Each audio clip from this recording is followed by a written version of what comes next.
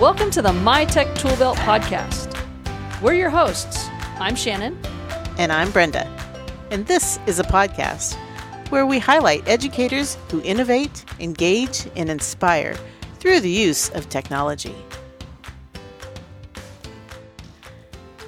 Today on the My Tech Toolbelt Podcast, we get to talk to Mary McCormick.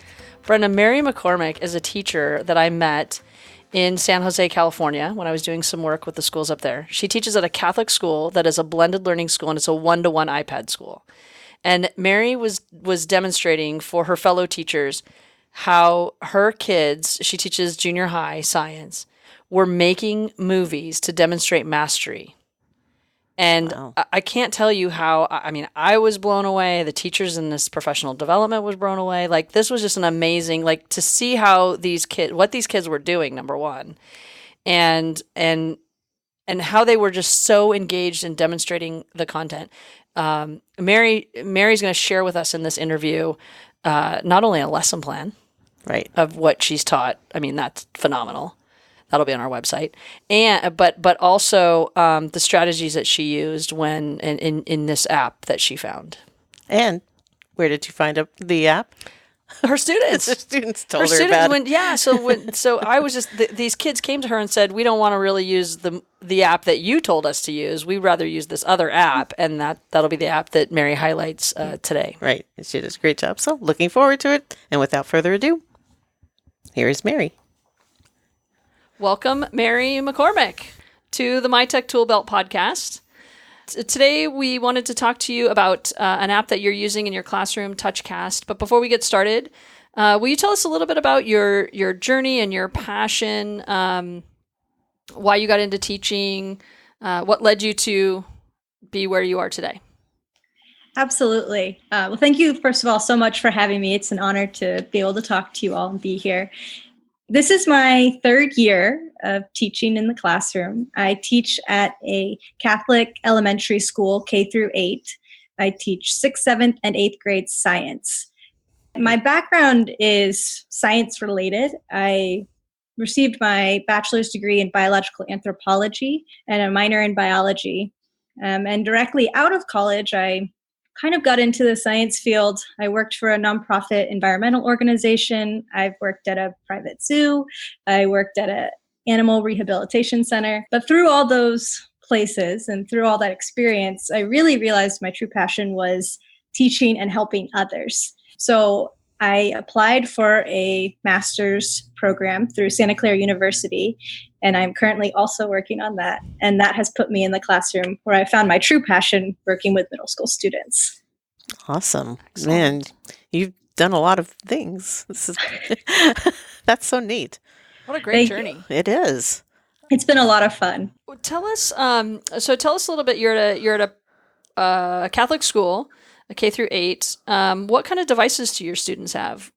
So we're really fortunate. The school that I work at is a part of a group of schools in the Diocese of San Jose that utilizes technology in the classroom to implement the blended learning model.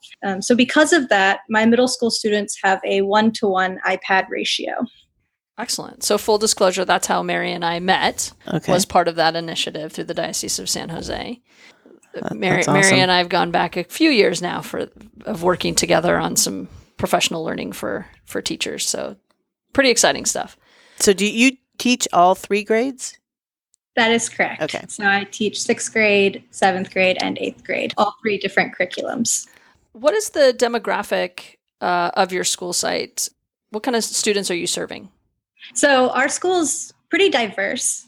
San Jose in general is a very diverse community, and our school represents that very well. So there's no one group of students that would be the majority, so to speak. So we serve all different kinds of communities. We serve Vietnamese, the Latinos, Caucasian, and other Pacific Islander students. Great. Wow. That's a great... Quite diverse. Yeah, that's fantastic. Absolutely.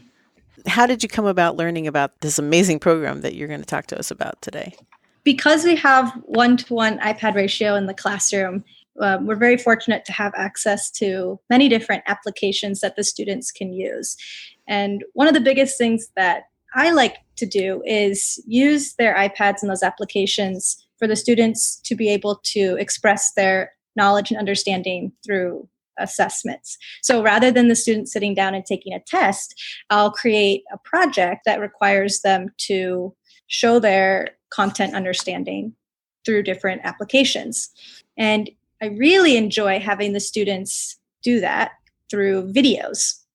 And I've always had the students use iMovie because that is what I've always been used to. But one time I created a video project and asked the students in small groups to create a video to show their understanding. And the students were actually the ones who introduced me to TouchCast Studio and its ability. Funny. That's And great. you said, what's TouchCast? So, yeah, that's exactly what I said. So when they do some research on that, Yeah, and I'll that's get right. back to Yes. you. Yes. Well, it's true. When they told me about it, thankfully it was the first day of starting the project. So that was when they were working on writing their scripts and gathering all of what they wanted to actually do. So I don't let the students just go straight to the video editing app and start recording because they need to have a little bit of structure and pacing, giving us the best work that they can give. And so I went home that day and was able to look up TouchCast and start learning about it and utilizing it. And I realized what an amazing app it was. And it was the perfect app for what I was looking for the students to do. And so the next day I went back to school and I said, yes, we will use TouchCast. Yes. And it Great idea. changed since then, exactly. What a great alternative too. As having an app as robust as TouchCast, and just from my brief experience looking at it, you hit on three things that really kind of excited me just now. You talked about a project-based lesson to demonstrate mastery, which is newish and exciting, and I think it's a way that we can get an assessment out of no assessment, right? It's a way that we can get that information back. So kudos to you, because I think a project-based learning type of assessment allows the students to move out of the rote memorization for an assessment, just pure consumption of knowledge, to the creation of something that is their own, that they own, and then they're demonstrating mastery along with it. Absolutely. And so consumption versus creation, I'm all on that creation side as well. And then the third thing that I think you didn't say directly, but you alluded to, was it allows us to kind of reach a higher level of depth of knowledge, right? We're able to go deep with that rigor. And you're able to allow the students who are really creative in that medium to express themselves. So my question, kind of coming out of those things that you touched on, are these group projects or are they individual projects? And how do you kind of manage some of those things? Absolutely. And that's a great question. So with this specific application using TouchCast Studio, I think it would be difficult to do it individually, although I think it could be done. But I like to have them in small groups, so about 4 students, to first of all allow them to work collaboratively, as well as to work off each other for their creative effort. And we always say 2 minds is better than 1, correct? So I found with the middle school students, I'm able to really promote that sense of collaboration and creativity and engagement with one another, as well as with the material when they're in groups of 4. So they work in groups of 4, and basically the goal or the challenge that you were working on that brought this tool to you was like, they're going to create some kind of video to demonstrate mastery of the unit that you just worked on. So they're in these groups of 4. How are you ensuring that they're all pulling their weight? Because these are middle school kids, and they're so do they each have a role to play? And if so, how does that factor in? That is a very good point. And actually, to be honest with you, I learned that myself through practice, because the very first time I ever had the students do a video project, I didn't have specific roles. And I said, okay, here are your groups. Here's the expectation, what you need to do. And as I went around checking in on the groups, I did notice that there were certain students who were probably pulling a little more weight than others. And there were some students who I think they just didn't know how they could contribute, and which is why they weren't pulling as much weight, so to speak. So I tailored my assessments and projects. And I actually provided specific roles that the students could do. So for many of these projects that I do, when they're creating a video, especially if it's like a news report video, which I use TouchCast for, the students have the options of being a reporter, a researcher, a writer, a videographer, or an editor. And additionally, to promote that collaboration, I require the students to be responsible for 3 of those 5. So that way, every student is kind of dipping their feet, so to speak, and being responsible for not just one part of the project, and no one student is responsible for a part of the project by themselves. So that means every single job will have at least 2 people working on that job, and each student will be responsible for multiple jobs. That's great, because that hits on that 21st century digital skill, right? Of that collaboration piece, and they're learning how to problem solve and troubleshoot and just really work together.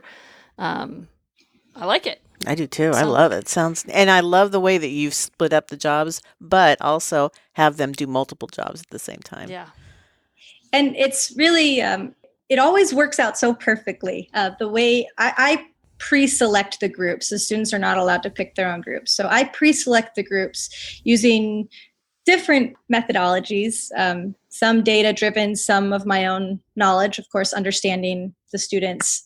But the great thing about it is it really does give them ownership with the project, and it really excites them because they do feel like they get a choice in what they are going to do to contribute to this project. So a lot of times you see some students who might be camera shy, and so they don't want to be a reporter, but they love writing and researching. And so they'll say, yes, I absolutely want to be the writer and the researcher. And then there are other students who, really love being on camera and want to be the ones to actually be the reporter.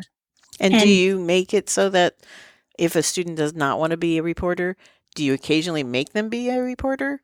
Or do you mix it up at all? Or do you leave it up to them?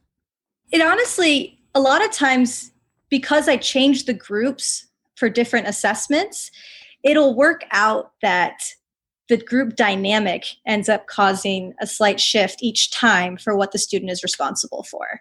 So if within one group, there's a student who decides, okay, I'll be the researcher and the writer. Well, the next group that they're in, that student might decide, actually, this time I'll let this student be the researcher writer and I'll be the reporter or the videographer.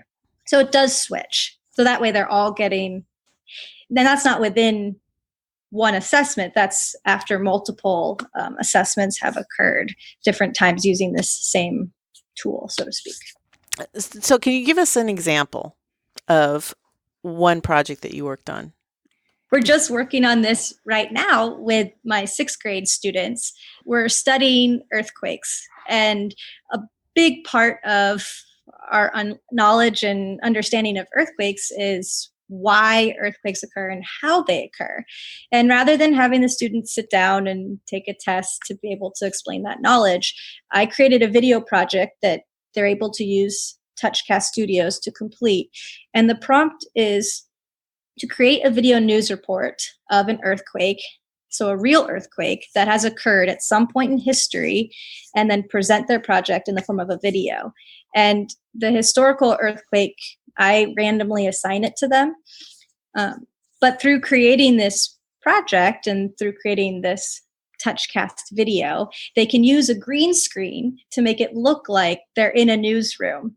And the other great thing about it is you can also insert your own pictures. So students will get pictures that are obviously they're able to use, because we talk about digital citizenship and we talk about copyright. And so they get pictures and they're able to insert those pictures into the TouchCast Studio to make it look like they're news reporters on the scene. So for this specific project, they basically do research on an earthquake that has occurred, and they are delivering this information in the form of this video project, and they have to give the history of the earthquake. So they have to talk about the location, the date, the time, the magnitude, and the fault lines. They have to talk about how and why earthquakes happen. So they're really explaining their knowledge in that sense and understanding, mastery of the concepts. They have to explain to the listeners what magnitude and intensity mean. They need to talk about how buildings today are created and built so that they can withstand earthquakes. And then they also have to talk about the impact earthquakes had on society with their specific earthquake that they were researching. That sounds like a great project. That is. And so that happens to be the project, the lesson plan and rubric that you shared with us that will be available. A link will be in the show notes, as well as it'll be on our website under this episode. And so thank you for creating that and sharing that with us and sharing it with all of our listeners. Tell me how the kids showcase these. How do your students show this to each other, to their parents, do you have like each unit has its own like movie theater and everybody brings popcorn? Because I know you're assessing them in a way that is meaningful and it's giving them a grade in a grade book, which is obviously moving them along the educational journey. But like, how are you showing this out to the broader community or bringing in external partners or anything like that? At this point in time, I haven't yet perfected being able to do that. So when the students finish their projects, they will save them as a video file. And we use Google Classroom. So the students are able to upload their projects to Google Classroom.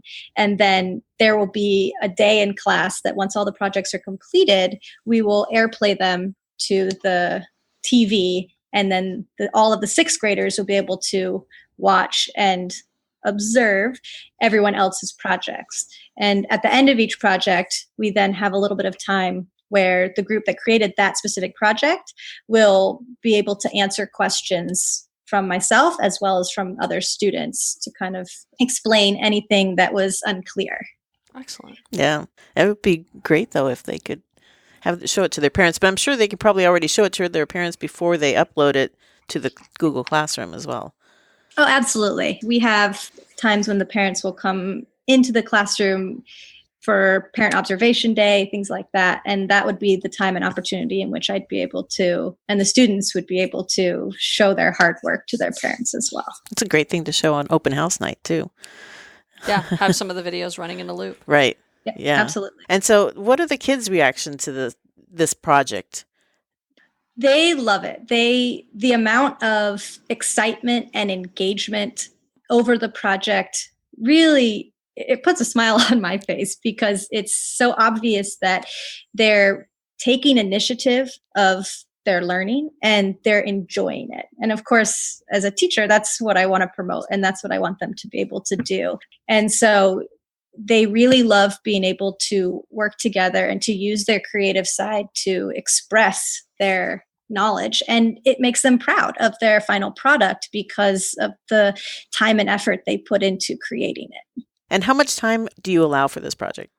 So to help them pace and make sure that everyone is staying kind of on track, I have different checkpoints, so to speak. So the first day, obviously, I assign the project and we go over what the requirements are, what the expectations are. They're put in their groups. And those first 2 days really are solely meant for working on the writing piece.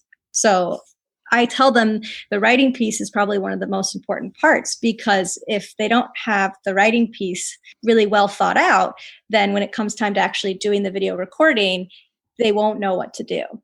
So we spend those first 2 days in our small groups working on the script and working on the writing piece. And although students have selected their specific jobs of being a writer or a researcher, even if a student doesn't have that job, they still work within their group to help support and work with the students who are the technical writer. Also, the students who say if they're not a writer or a researcher, but they're a videographer or an editor, that's when they would be working in the TouchCast Studio app to basically get everything set up, ready for the actual start of videoing. So then on day 3, to make sure that there's collaboration not only among the students in groups, but also among all of the groups, I'll have the students trade, the groups, I should say, will trade their scripts with each other, and then they'll edit and student peer edit to make sure that there aren't any obvious mistakes or something that's unclear. Exactly. And so that third day we'll do peer editing. Then days 4 and 5, the students will actually do their video recording. Day 6 is meant for the editing of the app. So by then all of the video recording is done. And day 7 is when we actually share out the videos. That's awesome. Let's say I'm a teacher and I'm listening to you describe this amazing tool. Some of the pre-existing conditions that I'm sort of hearing you say is this is an iOS driven application. I got that from the website as well. That is correct. You have maybe a green sheet or something, it sounds like, in your classroom that you hang up, or green paper. I can't remember what you told me. Was it green butcher paper? Or that's exactly what it is. Is it really? It is. Wow. You found green butcher paper. No way. That's exactly what it is. So one of my coworkers had like a green sheet that she let me use. But one thing that I learned was, when you have small groups of 4 in a class of 32, that's 8 groups. And to make sure that everyone is being able to work at the same pace and to continue with their project, I have to have multiple green screens. Right. The other pre-existing condition obviously would mean that we would need the space to let the students be able to kind of go out and use those green screens away from each group. Luckily, where we are, we have the space that we can go outside and we can hang green screens up kind of along the school building wall outside. So the groups can be in near proximity that I can obviously see all of them and get to all of them and talk to all of them, but that they're not distracting one another, or that the audio is not carrying from one group to the next. But green butcher paper works perfectly. That's amazing. Right? I didn't know that. That's hysterical. There's actually, I think, I don't know about TouchCast Studio, but there's other colors. Really? The solid colors that you can use. I think brown might be one of them too that you can put up, and you just change the setting. I don't know about TouchCast Studio, but one of these days we have to try that. I know we're totally gonna play around with that. And so I think that's really cool. What about like tripods? Do you guys have tripods, or they're just holding the iPads up? So we don't have tripods. The students usually get pretty innovative. They'll bring chairs out from the classroom and use the chairs. The students will stack books on chairs so that they can get some more height. We have benches that the students who are acting as the reporters will actually sit on the bench. So thankfully it doesn't have to be too high. But the videographer will sometimes hold it or use the chair to stabilize it. So just to be clear, if anybody out there wants to donate some iPod holding tripods Exactly. to Mary McCormick's amazing junior high science class, we would not say no to that option. The students would be forever grateful. Yes. And your microphone, you're just taking it directly to your iPad. Is that correct? That is correct. Okay. Yes. And so that is another kind of learning curve that the students, the first time they do these projects realize is that they need to make sure they're speaking loudly and that they're speaking clearly. But one awesome aspect of TouchCast Studio is that it gives you the option and ability to basically type up your report via a teleprompter. So the students who are acting as the reporters don't have to worry and stress about trying to memorize all the specific details and exactly what their lines are going to be.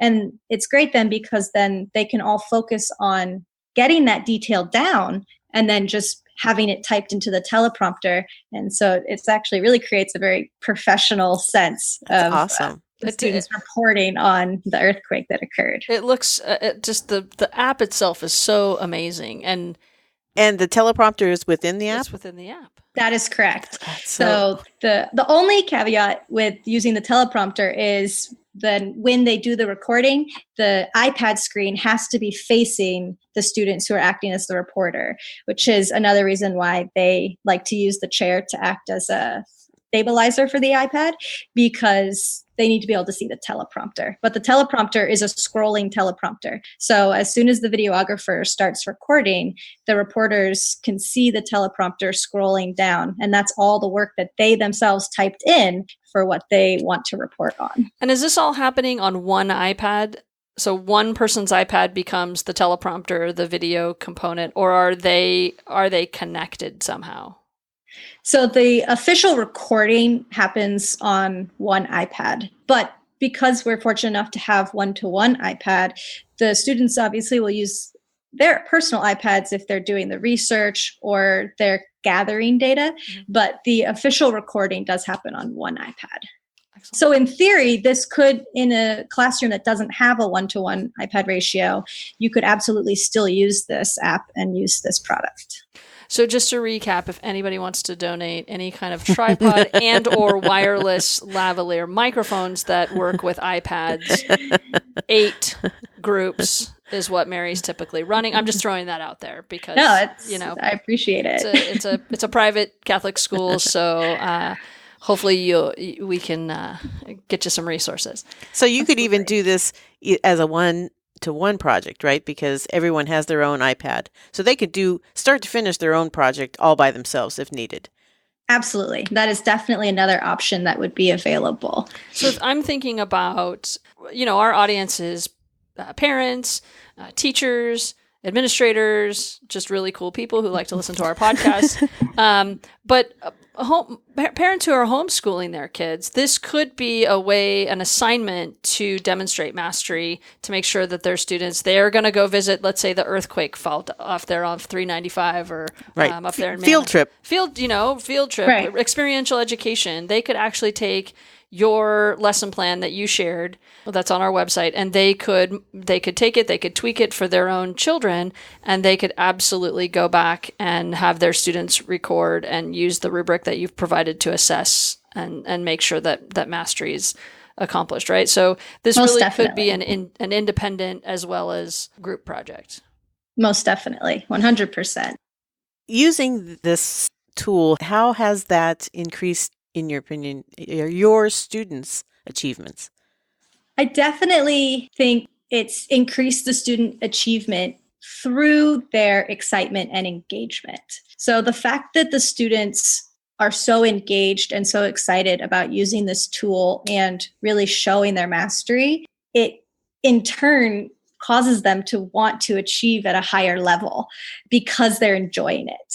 So it also, I really believe, helps with the promotion of the collaboration, and having the students be able to work together and think together also increases their achievement because, sometimes someone will say an idea or come up with something that you never even would have thought of, and then you can take that idea and run with it. And that's what I see my students doing together when they're working in these small groups. I can just imagine so much more interesting than just reading about it in a textbook.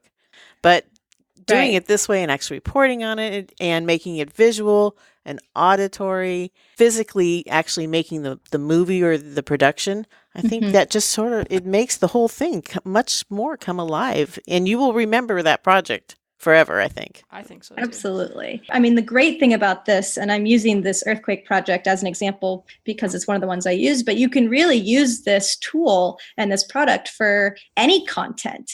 So when I teach 8th grade and I teach about atoms and all the different scientists who studied, and came up with the models and structures of what an atom looks like and the components of an atom, I can have them create a video using this to explain their mastery of that information. So it's really versatile in, what you can use it for. Even, 3rd graders up through high schoolers can use this to demonstrate their knowledge of any content.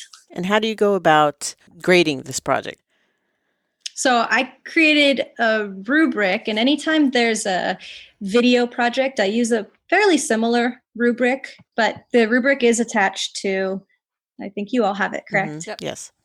So the rubric, I grade on several different categories. Obviously, one of the biggest ones is the quality of their information. So obviously making sure that the students are able to accurately and in detail demonstrate their understanding of whatever the project is that they are working on. And then, of course, the amount of information too. So I usually have a time limit that I require for these projects. So that also goes along with making sure that they're putting in that detail into their responses. And then, of course, a big part of learning in middle school is making sure you're neat and organized. And the great thing about this project is it really requires them to think about, okay, what would be a good way to deliver all of this information? So it really makes them think about and work on their organizational skills. And a lot of times we can kind of collaborate and bring in the concepts that they use when they're writing papers for ELA, right? You have to have an introduction, you have to have your body paragraph, you have to have your closing. So it's the same thing when they're doing these projects. It's just how they're delivering the information. Rather than writing it down in a paper, they are promoting it through a video project. And then, of course, participation is a big part of it, as well as their sources. So because we're doing research to come up with the answers for a lot of these projects, we need to make sure that they're accurately documenting the sources that they use when they went out and did the research. Excellent. And that rubric will be linked in the show notes as well as on our website. Mary, do you grade each individual? I see the rubric's out of 60 points. Is that per student or is that per group? That is per student. Okay, so each student is graded individually on the project. Absolutely. And a big part of that too comes in with the participation aspect of it. So like I said, a lot of it, as the students are working on their projects, I can look and see which jobs students are required or what they basically said that they were going to do. So the very first thing I do on that first day is I go to each group and say, okay, which students are going to be my reporters? Which students are going to be my videographers? Which students are going to be my researchers, writers? And so then I can basically gather all that information so that as the students and groups are working on these projects as the week goes on, I can make sure that the students are doing what they said they're doing or what they're going to do. And that way it gives us that sense of accountability for all the students. And I can take notes on that throughout the project to make sure that everyone is participating as they said they would.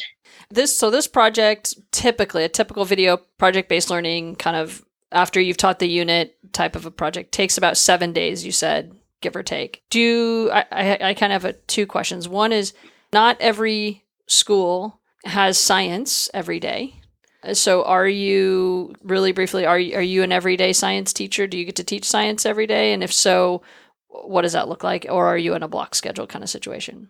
So our school is on a somewhat modified block, somewhat modified rotating schedule, but it does allow for 6th, 7th, and 8th grade science to be taught every day, Monday through Friday. Excellent. And so on average, when you kind of look at through the week, I have each class for about an hour and 5 minutes each day. Okay. That's provided there's no holy days or mass or Right. Exactly. Teacher in service, diocesan trainings, all those fun things that, but no. So you're very lucky, I think, Yes, that you get a good hour every day with your students. So this project could take a little longer for those teachers that might be working on a 3-day-a-week type of a science. You also alluded to the overlap that science has with the English language arts standards. Mm-hmm. So you are teaching to the Common Core, the NGSS standards, and then you are reaching out. You're using those NGSS standards to kind of reach out into the math and to the ELA. Are you working collaboratively with those other teachers at your school site to kind of have them potentially grade some of these projects, or is that something maybe on the horizon that you have talked about? I know I have a feeling that you and I have talked about this before, kind of offline, as a potential. I always encourage that because that's what I do. I encouraged collaboration among teachers. No, that we have talked about this, and that is definitely something that as I continue to grow and work on perfecting, so to speak, my practices in the classroom, I certainly collaborate with the math teacher and the English language arts teacher through our communication and through our conversation, but we have not yet been able to perfect the collaboration in the sense of the English language arts teacher or math teacher grading for one aspect of the content and I'm grading for another aspect. So we've not yet come up with a rubric to be able to do that. But just because that's not happening in your school doesn't mean that can't happen somewhere else, right? Absolutely. I mean, in the bigger scope of things, taking the rubric that you've provided us and another teacher at another school might be able to get those other folks to add different components to the rubric and have it be graded cross-curricularly. And that would be a dream come true. So by the way, if anybody out there downloads Mary's project and does this, share back that rubric and that modification, call us, let us know. We'll have you on the show and we'll kind of elaborate on where we started here with Mary and where this could go. Because I think we'd really like to see what that really could look like as a cross-curricular or cross-cutting activity, a thematic unit among NGSS, Math Common Core, and ELA Common Core. I think it's a really good opportunity for us. Most definitely. Yeah, and Mary wouldn't mind. Because Mary would love to be like, I started this and look what it blossomed into. So I think that's really cool. So I have just a couple more questions. One is, Mary, I looked up this tool. I was like, I'm going to put this on my iPad. I already had it on my iPad, which means you probably already told me I was supposed to download it the last time we were at a training somewhere in the summer. And I probably was like, okay. And then I never logged in, but I did today. It's free. This is a free app. It's amazing. It is. I am blown away. I went to their website and TouchCast, we looked up like their mission and, like the very first thing they say is they have a social mission to support education reform. They say in public schools, but like, God bless them, it could be in any school. Like, I mean, in schools, in education, like they want these kids to have these experiences in this kind of media platform. And this is a robust platform. I was just very impressed with the cost of this tool as being $0 with all of the things it does. So it does green screen recording. It does the interview recording. It has all different kind of like a newsroom template built in. It's got a on-site template built in. It's got a interview desk template built in.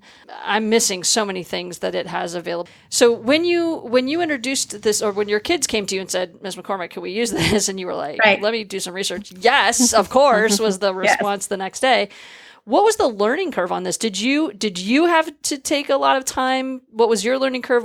Did you have to spend a lot of time helping the kids through it? Well, to be honest with you, these kids are incredible and unbelievable with what they're able to learn and catch on as quickly as they are. So the very first time, it was introduced to me and we said, okay, yes, let's do this. There definitely was a learning curve. So that 7-day lesson plan might have been a little bit longer because the students were learning how to use it and learning the different features that, like you said, that it provides.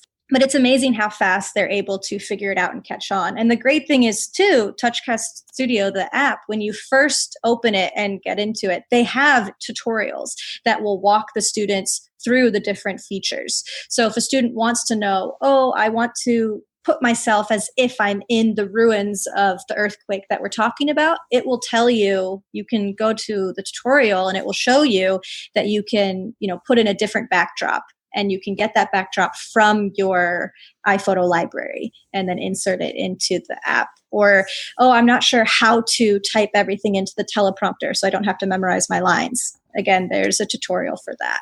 So TouchCast Studio does a really good job providing tutorials to help the students as well as the teachers figure out all of the features available. That's so helpful. I know. So if you're out there and you're listening and you think, okay, this earthquake activity that Mary's shared with us, this might be the first time I'm going to introduce TouchCast Studio to my students. Even though in the outline it says it's a 7-day project, you might want to add in a day or two for getting familiar with the technology on the iPad. Again, you do not have to have a one-to-one iPad program to implement this TouchCast Studio, as long as you have an iPad per group, but one per group will work, right? Right, Mary? Yes, you could even absolutely. have one per class, Right. I would think. If you were really struggling and the teacher's iPad was the only one, the kids could, in theory, do most of the work, and then a group could get the iPad for for a day to do a lot of their stuff. So there are ways around it.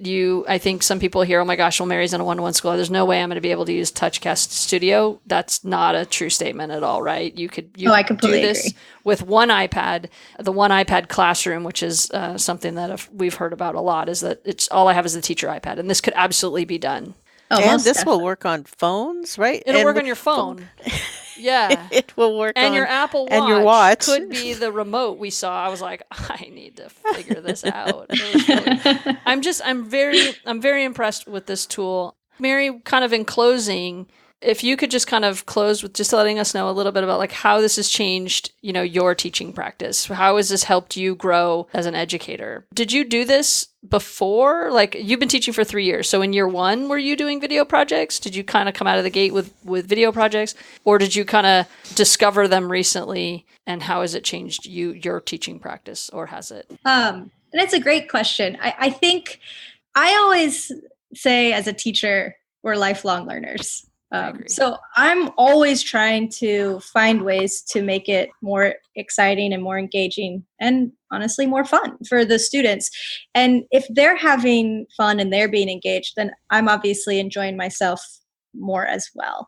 And so I've always kind of tried to find ways to give students that sense of slight freedom and responsibility to show their knowledge of the content. And I kind of am able to step back and be a little bit more of a facilitator or a resource rather than the person standing at the front of the class and just telling them information or talking at them, so to speak. So this really puts the students in the center of their own learning and allows me to be more of a guide or facilitator in helping promote that growth. In regards to your other teachers that you work with, have they seen what your class has produced using this technology? So, well, they definitely see the students when they're outside with their iPads and they have a green screen behind them. And yes, a lot of times first start doing these projects, some of the other teachers were kind of wondering what was going on and why are we all outside all the time.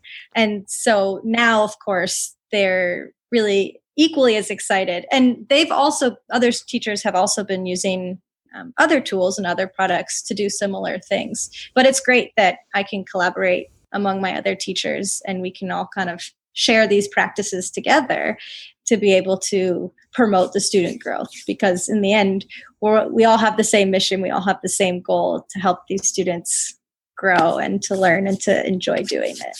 Awesome. I think if I was another teacher, I'd be saying, well, now what are you using? Yeah. What is this program that you talk about? What's going on in Mary's classroom over there? There's a lot of activity and video. Yeah, because then you would be thinking, well, how can I use it? Because it's free, number one, and number two, they're enjoying using the program. So, and it's hitting all your little check boxes of what you want to accomplish in your classroom. So, but as a competitive person who I am, if I was teaching in Mary's school, I'd be like, I do not want those kids having more fun in that classroom than in my classroom. So I got to come up with something. I can't use same thing that she's doing, but I got to go find something that's just as engaging and or cross-curricular where we could collaborate. I'm very excited. Mary, I want to take this opportunity to just thank you so much for your time today to be a guest on our podcast. You are an amazing educator. I've had the opportunity to see you teach at your school, and I'm so impressed with you and the work that you're doing with your students. You are absolutely inspirational. You get your kids engaged, and you're innovative. So thank you so much for being like an amazing warrior. You're a teacher warrior, classroom warrior. Thanks for being on our podcast. Yes, thank you very much. If someone wants to get a hold of you, yes, what is the best way that they can do that? The best way to get a hold of me would probably be by my email, and that email would be mamccormick.org@gmail.com. So that is the email that I use for all of my educational outreach. And Mary, you're also on Twitter. That is correct. At McCormick _edu. Correct. And we want to get Mary's followers up. Yes, we are few but mighty.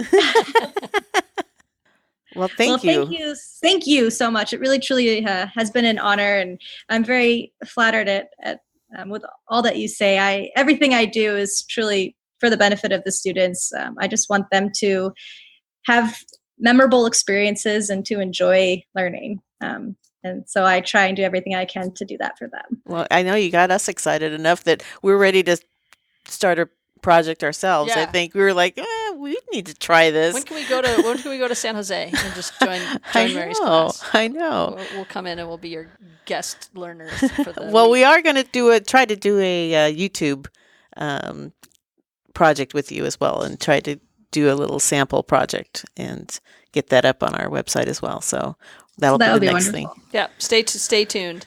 And so thank you, Mary. Your email address, Twitter, and all of the resources that we talked about today will be linked in our show notes as well as on our website. Once again, thank you very much. Thank you, Mary. Been awesome. Thank you. It was a pleasure. And we're out. We're out.